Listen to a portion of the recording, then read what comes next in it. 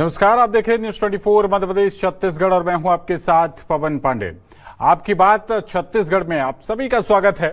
तो छत्तीसगढ़ में दूसरे चरण के लिए होने वाले लोकसभा चुनाव के लिए आज नामांकन खत्म हो गया।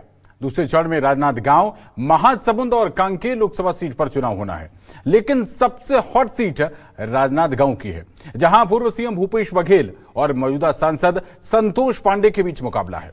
नामांकन के आखिरी दिन पूर्व सीएम के 384 नामांकन और बैलेट पेपर से चुनाव पर सियासत फिर से गर्मा गई है। राजनांदगांव में सिर्फ 24 प्रत्याशियों ने ही नामांकन दाखिल किया। हालांकि चर्चा में यह बात भी आई थी कि कांग्रेस की तरफ से करीब 220 नामांकन पत्र खरीदे गए थे। अब बीजेपी इसको लेकर पूर्व सीएम पर निशाना साध रही है और खुद सीएम विष्णुदेव साय ने कहा है कि न नौमन तेल होगा न राधा नाचेगी। साथ ही बीजेपी ने कहा कि जब कांग्रेस की जीत होती है तब तो ईवीएम को लेकर हाय तौबा नहीं बचाती। उधर कांग्रेस का कहना है कि भूपेश बघेल ने पूरे देश के संदर्भ में पाटन में यह बात कही थी। कांग्रेस का कहना है कि चूंकि ईवीएम की विश्वसनीयता पर लगातार सवाल उठते रहे हैं, इसलिए नियम के अनुसार 384 नामांकन होने पर बैलेट पेपर से चुनाव कराए जा सकते हैं। बहरहाल इसी बहाने एक बार फिर से ईवीएम बनाम बैलेट पेपर पर सियासत तेज हो गई है और आज इसी मुद्दे पर करेंगे आपकी बात।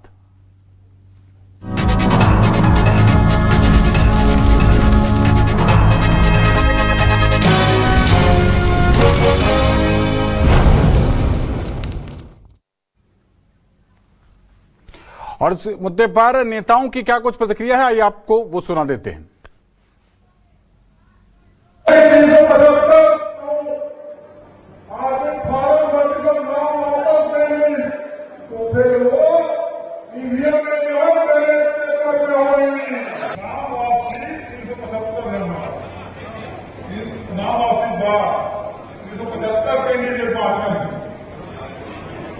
ठीक है,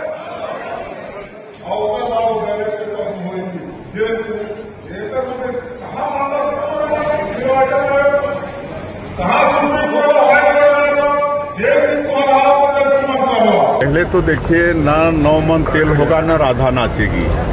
तो पहले 384 वहाँ पर प्रत्याशी तो हो जाएं, उसके बाद बैलेट पेपर की बात करते हैं। जब उनके पक्ष में रिजल्ट आता है तो ईवीएम में कोई दोष नहीं दिखता है, लेकिन उनकी हार होती है तो ईवीएम उनके लिए खराब हो जाता है। देखिए, इस देश की जो संवैधानिक व्यवस्था है, चुनाव आयोग की जो संवैधानिक व्यवस्था है, उसको चुनौती देने का गलत तरीके से काम भूपेश बघेल जी ने किया था। आज नांदगांव के कार्यकर्ता, कांग्रेस के कार्यकर्ता ने भी जवाब दे दिया कि भूपेश बघेल जी के पास उस नामांकन को पूरा करने के लिए भी 384 लोग नहीं है। इस बात से समझा जा सकता है एक गलत आह्वान पार्टी ने कहीं किसी लोकसभा क्षेत्र में भी आह्वान नहीं किया कि यहाँ हमको 384 बैलेट पेपर के हिसाब से चुनाव कराने के लिए हमको ये करना है, उसको उन्होंने नकारा। साथ ही साथ अब पूर्व मुख्यमंत्री भूपेश बघेल जी को अपने ही निर्वाचन क्षेत्र में 384 व्यक्ति नॉमिनेशन के लिए नहीं मिले, जो चुनौती उन्होंने दिया था।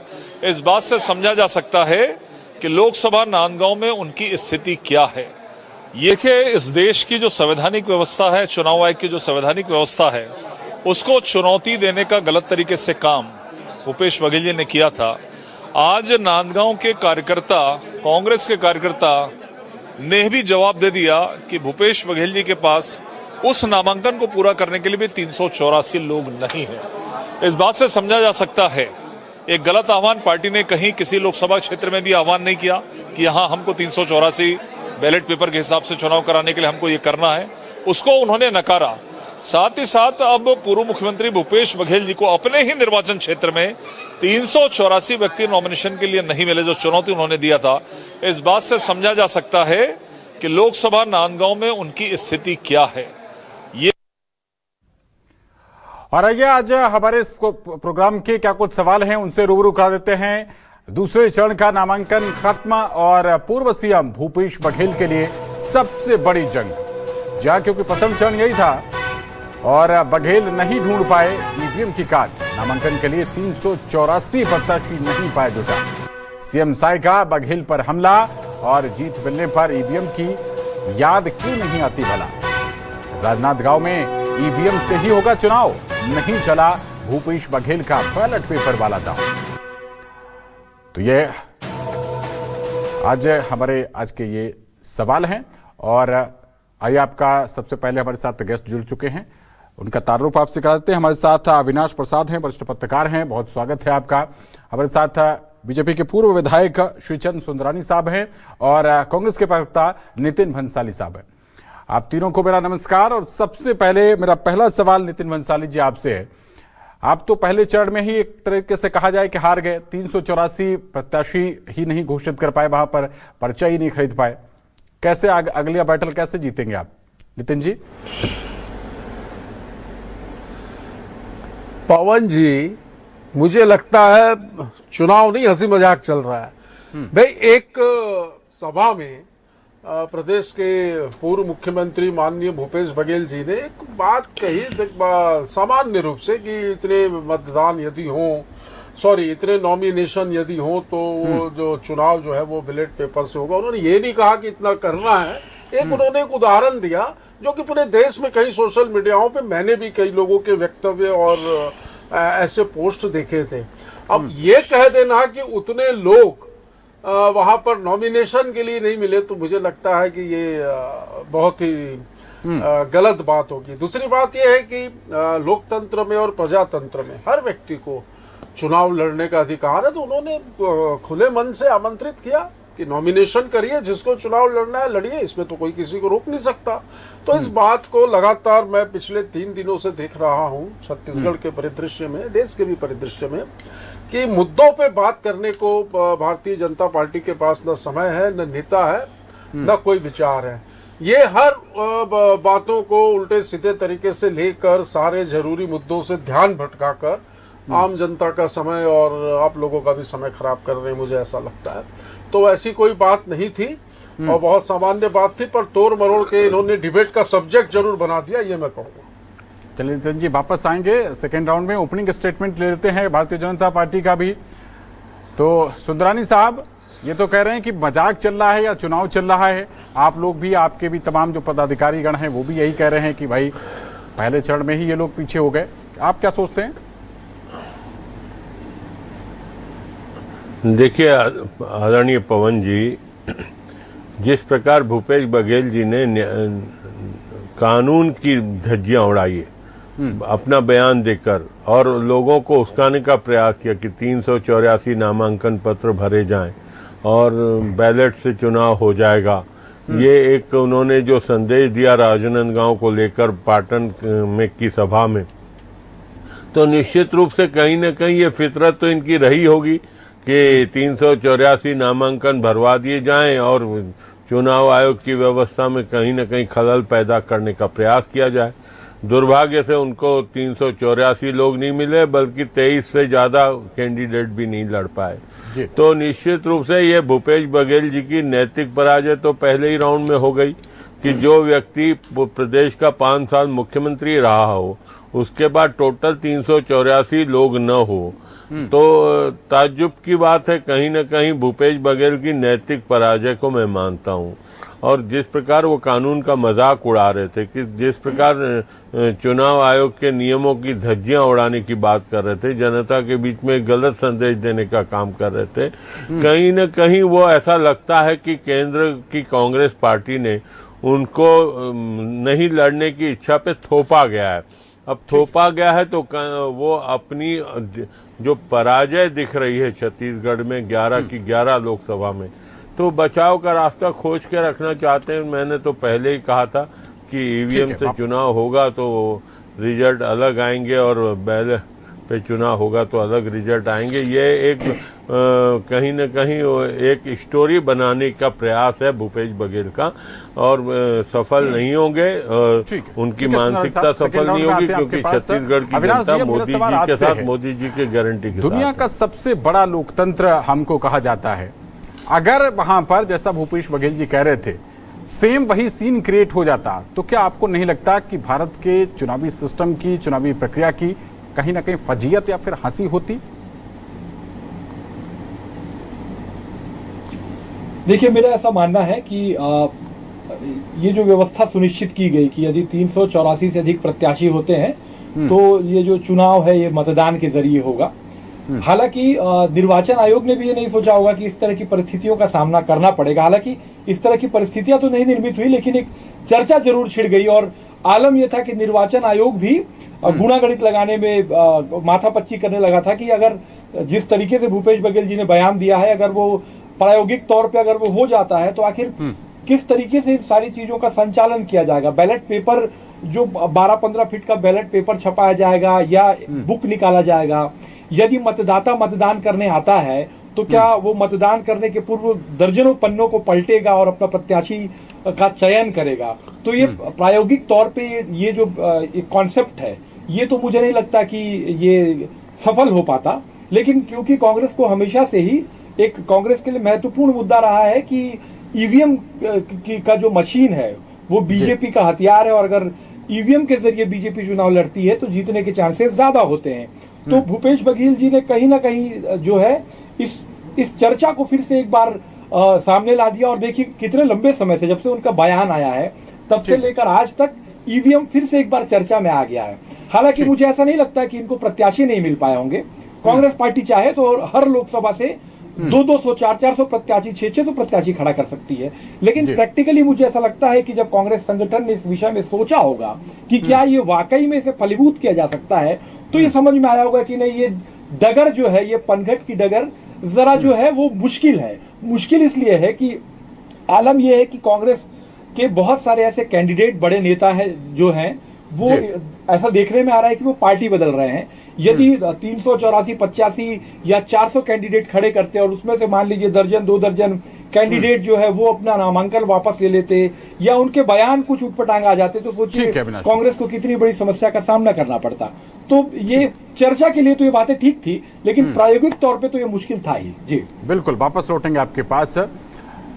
अब मैं आपके पास आता हूं नितिन जी, आपने कहा था कि पता नहीं मजाक चल रहा है या चुनाव चल रहा है, बिल्कुल यही बात भूपेश बघेल जी पर लागू होती है। क्या उन्होंने इसको एक हल्के तरीके से लेके एक कह दिया कि भाई इतने लोग आइए और पर्चा दाखिल कर दीजिए, और क्या अपने एक पूर्व मुख्यमंत्री के बयान को कार्यकर्ताओं ने ही सीरियसली नहीं लिया, इसलिए आप लोग पहले राउंड में कम से कम भाई कोशिश तो हुई, लगभग 240 पर्चे तो खरीदे गए ना, कोशिश तो की गई थी कि इतने प्रत्याशी की संख्या हो जाए, लेकिन नहीं हो पाई। देखिए ईवीएम पर पवन जी पूरे देश में कहीं न कहीं प्रश्न चिन्ह लगातार लगते आ रहे। उस परिदृश्य में एक सामान्य बात उन्होंने कही, उन्होंने ये नहीं कहा कि इतने नॉमिनेशन करने कोई बड़ी बात नहीं है भाई साहब, वो तो चुनाव के नतीजे जिस दिन आएंगे आपकी टीवी चैनल में बैठूंगा मैं डिबेट में और कितने लाख वोट से भूपेश बघेल राजनांदगांव से चुनाव जीते ये भी आपको जवाब दूंगा मैं, और प्रदेश की जनता भी उस जवाब को सुनेगी। ये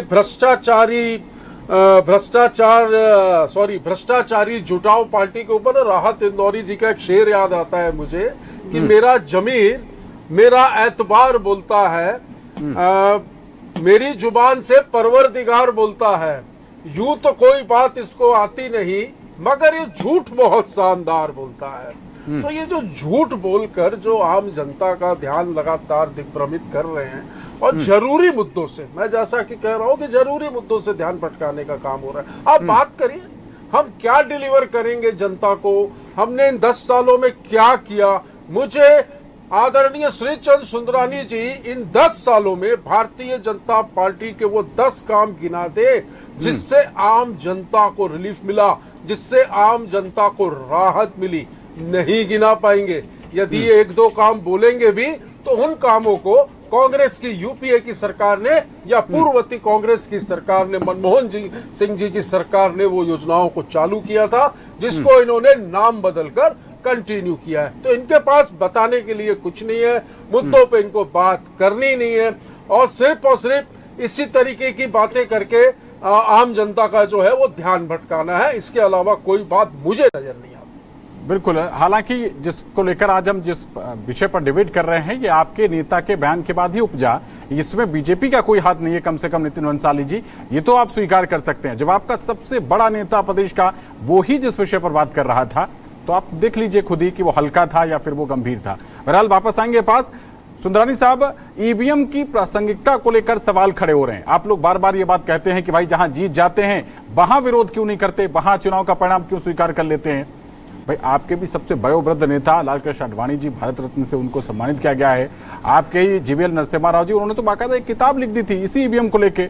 शुरुआत तो आपने ही कर दी थी वहां पर क्वेश्चन उठाने की। आज कांग्रेस भी उसी परिपाटी पर चल रही है, तो क्यों ना चले सुंदरानी साहब? देखिए, मैं तो कांग्रेस से पूछना चाहूंगा, 2018 का विधानसभा चुनाव 65 सीटों पे कांग्रेस जीतती है, भारतीय जनता पार्टी 15 सीटों पे जीतती है। वही मध्य प्रदेश में 115 सीटों पे कांग्रेस जीतती है और भारतीय जनता पार्टी 103, 4, 5 सीटों पे आ जाती है।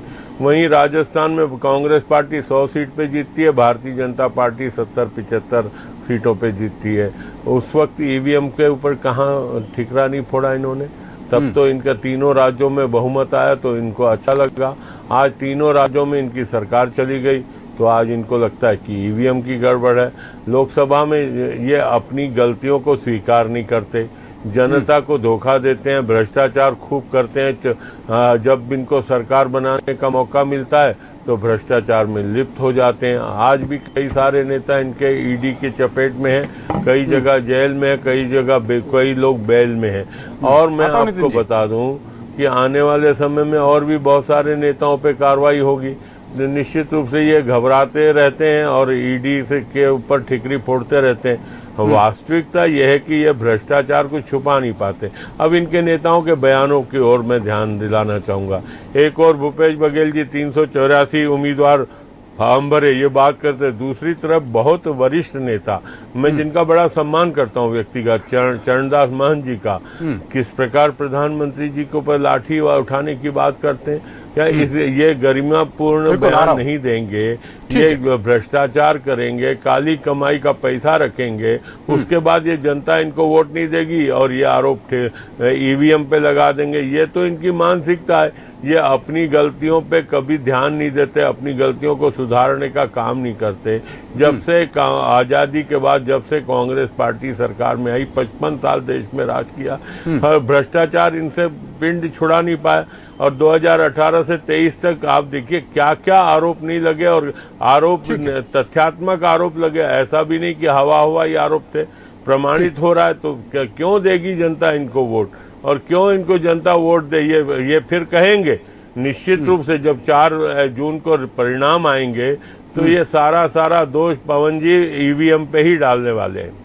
बिल्कुल वापस आएंगे। हालांकि सुंदरानी साहब, आपने भी हमारे सवाल का जवाब नहीं दिया कि आपके ही नेताओं ने शुरुआत की थी।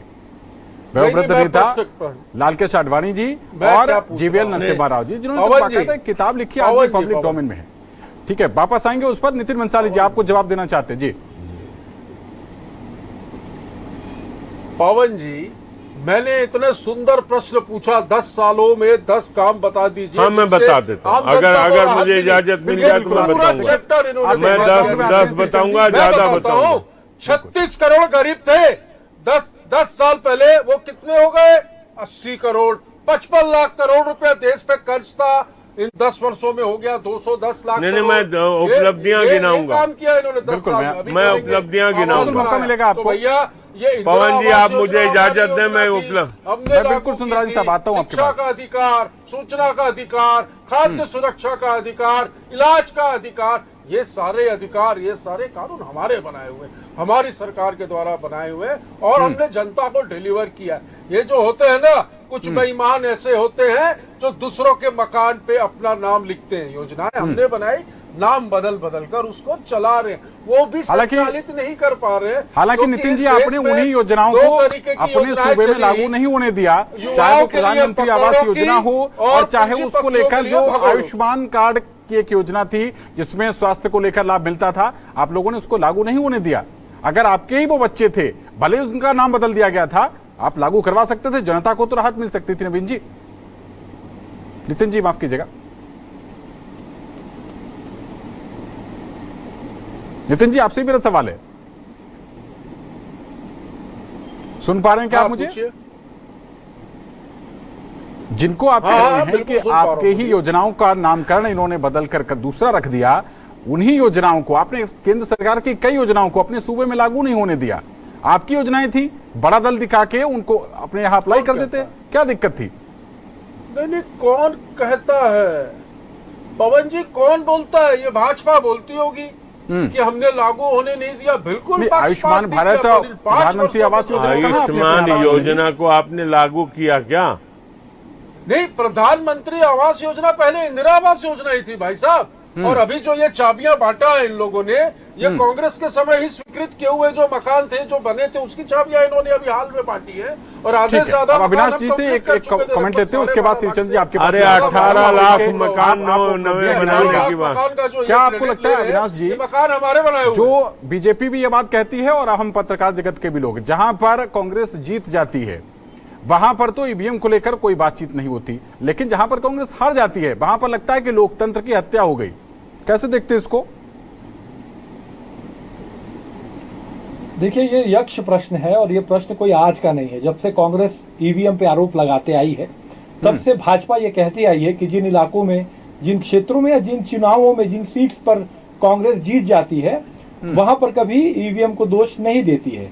तो मुझे ऐसा लगता है कि ये जो ईवीएम है ना, ये एक ऐसा मुद्दा बन गया है कि हार और जीत को छुपाने बताने का एक ऐसा मुद्दा बन गया है कि, क्योंकि हार और जीत, देखिए, ये एक ऐसी प्रक्रिया है जो लगी रहती है। और राजनीतिक दलों को, किसी भी व्यक्ति को, किसी भी फील्ड में अगर वो हार जाता है तो हार को स्वीकार कर लेना चाहिए। लेकिन यदि मानसिकता हार को स्वीकार करने की ना हो तो इंसान या राजनीतिक दल बहाने ढूंढने लगते हैं। और वैसा ही एक बहाना ईवीएम बन करके आया है कि यदि आपको अपनी हार नहीं माननी है, अगर आपको ये अपने आप को इस तरीके से पेश करना है कि नहीं नहीं, मैं जीतने ही वाला था, लेकिन मतदाताओं ने मुझे ही वोट किया था, लेकिन क्योंकि ईवीएम में खराबी थी इसलिए मैं हार गया, तो ईवीएम को दोष देना जो है, ये अलग अलग राजनीतिक दल हमेशा दोष देते रहे हैं।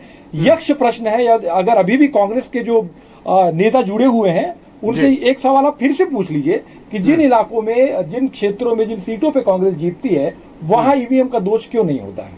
ठीक है, ये सवाल लेंगे नितिन जी से, लेकिन श्रीचंद जी आप जवाब देना चाह रहे थे, आप पूरा कर लीजिए, फिर नितिन जी के पास चलते हैं। देखिए, ये कितनी भी बात ईवीएम के करें पवन जी, ईवीएम के ऊपर उंगली उठाना कांग्रेस की आदत हो गई है। आडवाणी जी ने अगर किसी बात को उठाया होगा तो निश्चित रूप से वो कोई और बात होगी। आज मैं, क्योंकि मैं आडवाणी जी ने क्या कहा था मेरे पास उसकी जानकारी नहीं है।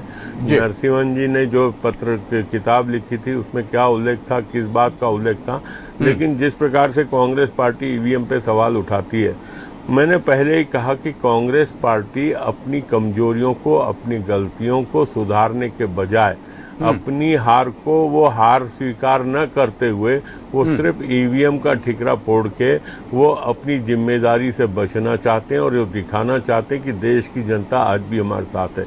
जबकि वास्तविकता यह है कि पूरी देश की जनता कांग्रेस के विरोध में हो गई। कांग्रेस को प्रत्याशी नहीं मिल रहे साहब। आज छत्तीसगढ़ में भी जितने कांग्रेस के 11 प्रत्याशी उतारे हैं, कहीं न कहीं थोपे हुए प्रत्याशी है। वो अपनी इच्छा से चुनाव लड़ना नहीं चाहते थे। दिल पे हाथ रख के भूपेश बघेल भी नहीं बोल सकते कि मैं स्वयं चुनाव लड़ना चाहता था। तो कांग्रेस को तो प्रत्याशी नहीं मिल रहे हैं और कांग्रेस नहीं, ये तो ठीक है, आपके लिए अच्छी बात है कि कांग्रेस को प्रत्याशी नहीं मिल रहे, आपके लिए इलेक्शन और अच्छा हो जाएगा, इसमें आपको दुख करने की क्या जरूरत है। एक मेरा आपसे सवाल ये है यहाँ पर सुंदरानी जी, आपके तमाम नेता ये कहते हैं कि बाहरी कैंडिडेट्स को उतारा जा रहा है कांग्रेस पार्टी की तरफ से। अगर किसी दूसरे जिले से आकर उसी प्रदेश में कांग्रेस का कोई नेता चुनाव लड़ रहा है, वो अगर बाहरी है, तो फिर प्रधानमंत्री मोदी जी सबसे बड़े आपके कद्दावर नेता, युग पुरुष आपके हिसाब से अगर कहें तो, वो पूरा राज्य ही छोड़ के, गुजरात छोड़ के उत्तर प्रदेश चले जाते हैं, तो वो बाहरी क्यों ना हुए? जो पैमाना आप कांग्रेस पार्टी पर लागू कर रहे हैं, वो पैमाना आप पर लागू क्यों नहीं होता फिर? श्रीचंद जी क्या कहेंगे इस पर? देखिए, मोदी जी, इंदिरा जी हो, राजीव जी हो, ये ऐसे नेता रहे हैं। अटल जी थे, कहीं न कहीं देश में कहीं से भी लड़ते थे तो जनता स्वीकार करती थी।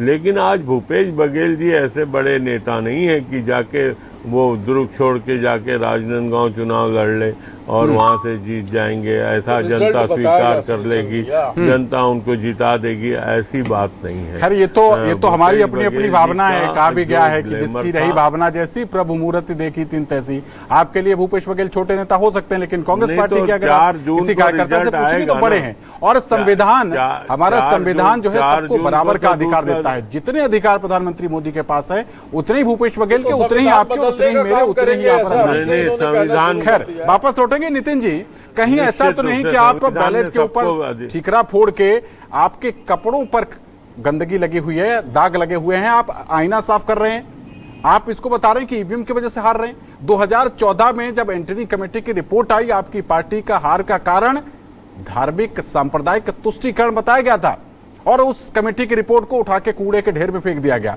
कहीं ऐसा तो नहीं है, क्योंकि उसमें कहा गया कि जनता के बीच इस तरीके की परिस्थिति थी कि हम, यानी कि कांग्रेस पार्टी, वो एक समुदाय विशेष की राजनीति कर रही है तुष्टीकरण की।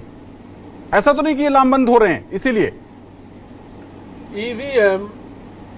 ईवीएम संदेहास्पद है, ये मैं नहीं कह रहा हूं, पूरे देश में इस विषय की चर्चा, और अब तो सुप्रीम कोर्ट ने भी संज्ञान लिया है। आप बोलते इसी पर सुप्रीम कोर्ट भी गलत है। नितिन जी माफ करिएगा, मैं आपको इंटरप्ट कर रहा हूं बीच में, इसीलिए तो भारतीय जनता पार्टी और अविनाश जी भी पूछ रहे थे आपसे कि जहां पर आप लोग जीत जाते हैं वहां पर फिर आप, वहां पर आप फिर जो है रिजल्ट क्यों स्वीकार कर लेते हैं, वहां पर फिर रिपोल के लिए कह दीजिए कि नहीं भाई हम तो जब बैलेट पेपर से जीतेंगे तभी मानेंगे, क्यों फिर आपके विधायक प्रमाण पत्र और आप सांसद प्रमाण पत्र ले लेते हैं? मुझे ये बताइए, अरे पवन भाई जी, पवन भाई ये बात बताओ, चलो अगर बैलेट पेपर से चुनाव होता तकलीफ क्या है, मुझे ये बताओ। चलो या इतनी कौन सी नहीं, ईवीएम की ईवीएम लाया किसने भाई? ये बैलेट लाया किसने? अच्छा चलो लाया भाई, पर मैं ये कह दूं कि नहीं, आप ही ने लाया और आप ही संदेह कर रहे हो। जब तक आप जीतते रहे तब तक ईवीएम अच्छा था, जब तक ईवीएम से जीतते रहे तब तक अच्छा था। जब आप चुनाव जीत जाते हो, तेलंगाना में तो आपने आरोप नहीं लगाया, कर्नाटक में तो आपने आरोप नहीं लगाया, हिमाचल में तो आपने आरोप नहीं लगाया, आप आरोप लगाते छत्तीसगढ़ में, आप आरोप लगाते गोवा में, आप आरोप लगाते मध्य प्रदेश में, आप आरोप लगाते राजस्थान में, जहां हारते हो वहां आरोप। क्या समस्या मुझे बताइए। मैंने आपको 10 काम गिनाने को बोला, पूरी डिबेट मैं 10 काम, मुझे टाइम दीजिए, मैं 10 काम गिना देता हूँ। आपने पूरी मैं 10 काम गिना दे, 15 काम गिना देता हूँ मैं भाई साहब, जिस मुद्दों पे 15 काम गिना देता हूँ। अगर आप डिबेट का मुद्दा भटकाना चाहते हो, आप डिबेट का मुद्दा भटकाना चाहते हो, आप भूपेश बघेल पे बोलना नहीं चाहते, 384 कैंडिडेट पे बोलना नहीं चाहते, आप स्वीकार नहीं करना चाहते हो कि 384 कैंडिडेट नहीं मिले, आप इसको स्वीकार नहीं करना चाहते कि 384 कैंडिडेट मिले नहीं। चलिए, समय की कमी की वजह से हमको इस चर्चा को यहीं विराम देना पड़ेगा। बहुत शुक्रिया श्रीचंद सुंदरानी जी, नितिन भंसाली जी, अविनाश जी, आपका भी बहुत शुक्रिया चर्चा में शामिल होने के लिए। लेकिन दर्शकों को बता दें कि यहां पर मई 1982 में पहली बार ईवीएम का उपयोग हुआ था। उसके बाद 1989 में बाकायदा एक्ट पारित करके ईवीएम को चुनावी प्रक्रिया का हिस्सा बनाया गया था। तो ईवीएम अगर उसको अनुपयोगी बताया जाए, उस पर तमाम सवाल खड़े होते हैं। तमाम राजनीतिक पार्टियां अपने अपने एजेंडा के हिसाब से करती हैं, इसका मतलब यह नहीं है कि ईवीएम खराब है। खैर, ईवीएम खराब है या बैलेट पेपर खराब है, या फिर उन पार्टियों की अपनी खुद की जो चुनावी प्रक्रिया है वो खराब है, या फिर उनके एजेंडा और जो वो सामने लेकर आती हैं विषय वो खराब है, वो जनता को पसंद नहीं आ रहे। ये 4 जून को पता चल जाएगा। फिलहाल इस पेशकश में इतना ही। देश और दुनिया की तमाम बड़ी खबरों के लिए बने रहिए हमारे साथ। नमस्कार।